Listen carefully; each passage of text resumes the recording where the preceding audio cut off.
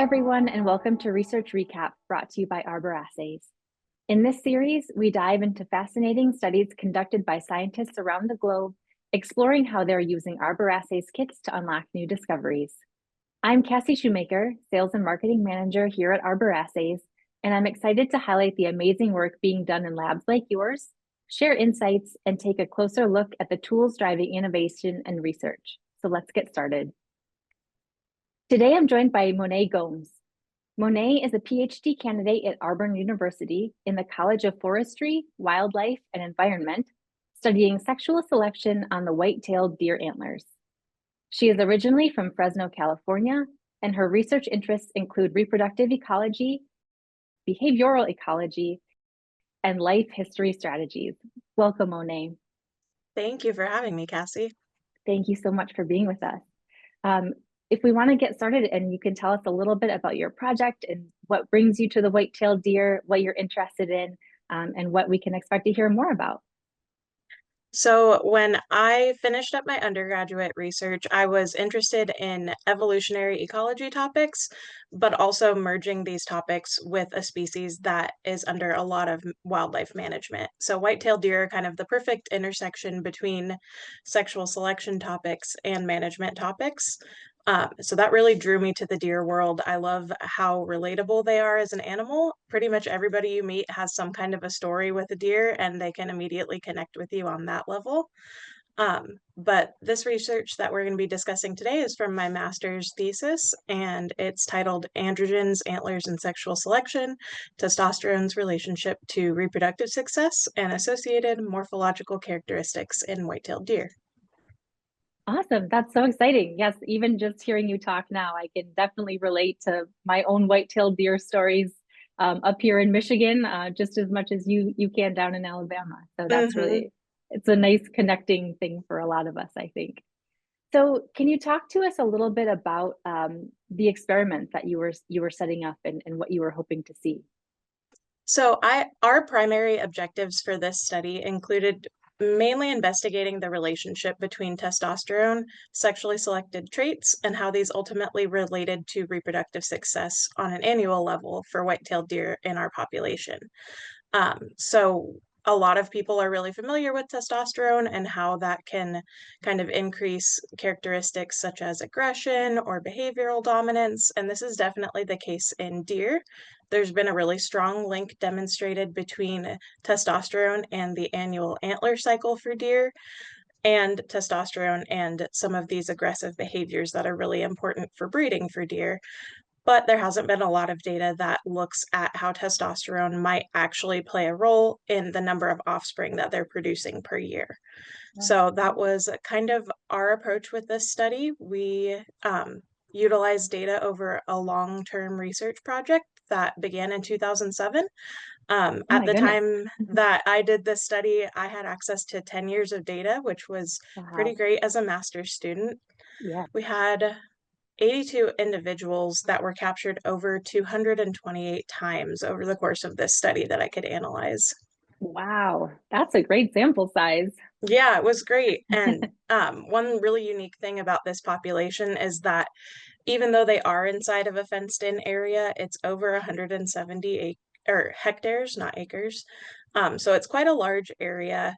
They do receive nutritional supplementation, but other than that, they're freely behaving, freely breeding. And so we really get to get a snapshot of these deer every single year by darting them, and then retroactively look back and say what characteristics might have made them successful and how many offspring did they produce within a given year. Yeah, that's a really unique sample set that you've had access to. What a wonderful thing that you got to be a part of. So you talked to us a bit about testosterone and why you were so interested in studying it and how it relates to what we know and what we might still have left to learn in these deer. And I know that you used our Arbor Assays testosterone ELISA kit to study it. Can you tell us a little bit about how you were introduced to Arbor Assays, the company or this kit in general, and anything that this kit really helped you accomplish? So I was definitely not super familiar with a lot of the lab work that went into hormone assays or anything of that nature. I had received a lot of mentorship from somebody in my department, and she said that Arbor Assays was actually a really good company to look into just because the kits were very reliable, used for a lot of different species, and very simple to follow. If you purchased a kit, you were going to get everything that you needed. And so as somebody who was beginning into this for the first time, that was very encouraging to me. The customer service was also very helpful. I was able to go back and forth with people from customer service. They guided me to how many kits I should purchase for the samples that I had, what I should do to validate them, and then led me to the direction of studies that were in animals similar to white-tailed deer that could help me further confirm that these kits were going to work for what I needed. Oh, great.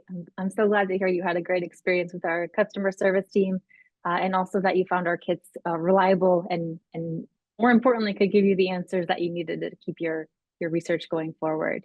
Yeah, they did. Um, 10 years of data to run through the kits was a hefty yeah. task, and they definitely performed well. Oh, perfect. That's so great to hear. So can you tell me a little bit about how you designed your and set up your experiment?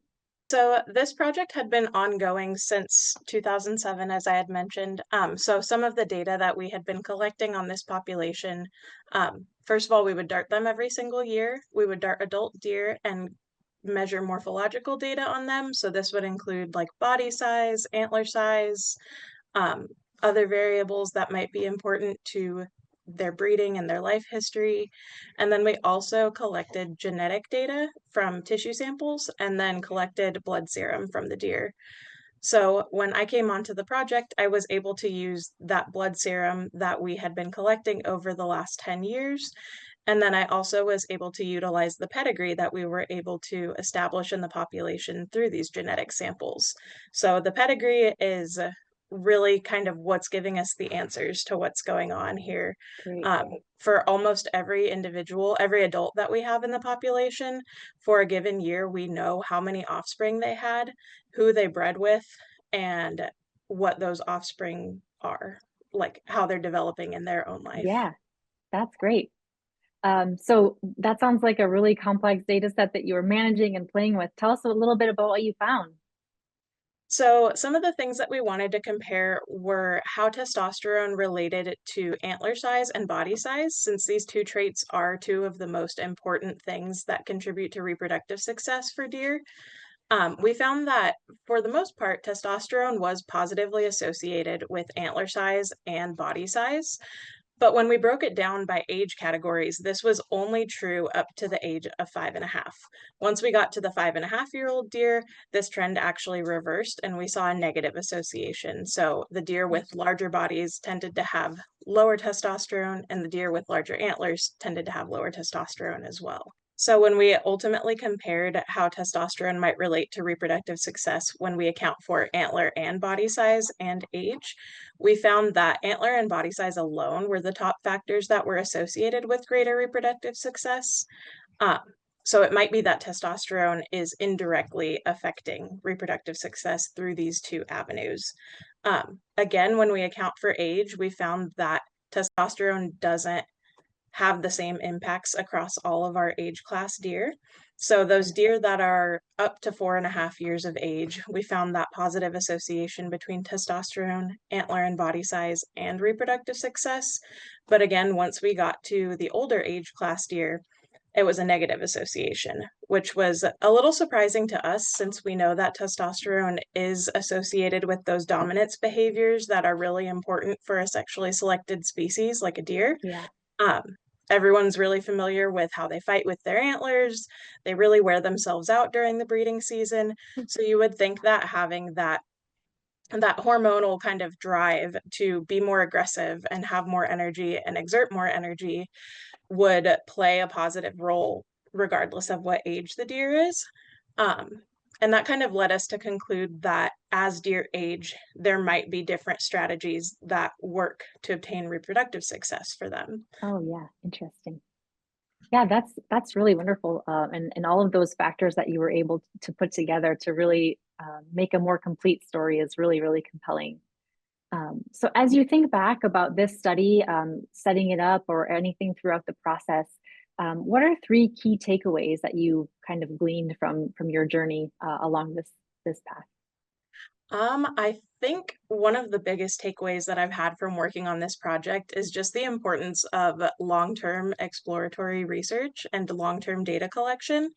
I would not have been able to study the topics that I did and the depth that I studied if it weren't for 10 years of graduate students running this Mhm. project. Yeah, And I've been very grateful to work on that project for both my master's and my PhD and kind of continue with that data collection. But it's really incredible the kind of insights you can get from a project that really commits to that long-term data collection. So that definitely was the first biggest takeaway that I would say from this yeah, project. absolutely. Um, a takeaway with um, I would say, like, my lab work was Yeah. that it would take me a lot longer to complete all of these samples in the lab setting. There was a little bit of trial and error, but ultimately, I think that, it's really important that whether you're a field scientist or a lab scientist, that we really merge those worlds together Mhm. because ecology doesn't happen in a controlled setting, and at the Sure. same time, ecology doesn't happen without the fine scale mechanisms of all of these other processes that are going on, like endocrinology. Yeah, absolutely. So the merging of those two worlds would also be very important. And then thirdly, um, I think it's really interesting that even in species that we do know quite a bit about, white-tailed deer are one of the most studied game species. We still have a lot to learn when it comes to their entire life history. We only get to study them a lot of times with just a snapshot of their life.